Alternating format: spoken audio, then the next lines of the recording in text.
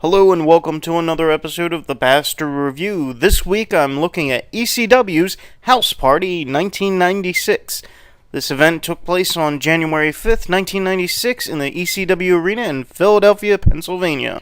We start off the night with Joey Styles in the ring, but soon Bill Alfonso comes out and interrupts him, and then we have Taz come out and then 911 come out and they face off. And then kind of chaos ensues, but it morphs into a tag team between 911 and Rey Mysterio as they take on the Eliminators. During the match, Taz comes back and keeps attacking 911, so he doesn't have much of a role in the match. It's mostly to showcase Rey Mysterio going up against the Eliminators. He dominates pretty much most of the match, which is surprising because he's short in stature compared to Perry Saturn and John Kronos. This was an okay match. I didn't like the ending with Rey Mysterio winning, getting the pin. I just didn't feel very believable to me, especially since it was a 2-on-1 match for the most part. Regardless, this was a decent match with a couple of high spots. I'm going to give this a 6 out of 10. After that, a returning Axel Rotten from WCW takes on a newcomer to the ECW, Rob Van Dam. This was another decent match. Rob showcased a lot of things that would become synonymous with him. The split-legged moonsault, the kicks, the standing moonsault. He even does some amusing things that you can see where he's trying to channel Jean-Claude Van Damme. And it's amusing because Axel keeps making fun of his movements at the beginning of the match. It's just a really decent match, a good introduction to Rob Van Dam to the ECW crowd. I'm going to give this a 6 out of 10.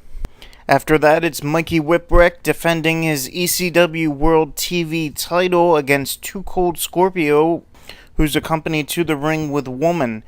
This was a really good match. Too Cold Scorpio plays a really good heel. I always enjoy his matches, and I enjoy Mikey Whipwreck's matches too. I think they're both two competent men that can go in the ring. This is a match worth watching.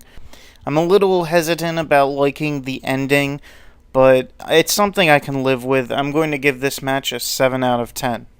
After that, it's Taz taking on the Shah of ECW, Hack Myers. This was an okay match. There really wasn't anything special going on. Taz dominated the match. It was pretty much a match to showcase his talents or to build him up into a force to be reckoned with. What amuses me the most is that Bill Alfonso and Taz excel at pissing the crowd off. I don't know if they're just easily pissed or I don't know. I can't explain it. It must be a Philly thing. I'm going to give this match a 5 out of 10. The next match was Bubba Ray Dudley with his entire clan taking on Jimmy Del Rey, who was one half of the Heavenly Bodies with Tom Pritchard. This match really didn't do it for me. The match was pretty boring. I mean, there was nothing special about it. The only thing that is of interest is that after the match, Shane Douglas returns to ECW. Apparently, he had not liked to stay in the WWF, and that's kind of understandable. So he talked to Paul Heyman, and Paul worked out a deal with WWF, and they managed to get Shane back into ECW. I'm really not impressed by the way that they brought him back in this segment. Jimmy is the heel in this. The Dudleys are very over with the crowd, and yet when Shane returns, the crowd gets behind him. They start cheering him. Well, he comes in as a heel. He's not supposed to be cheered.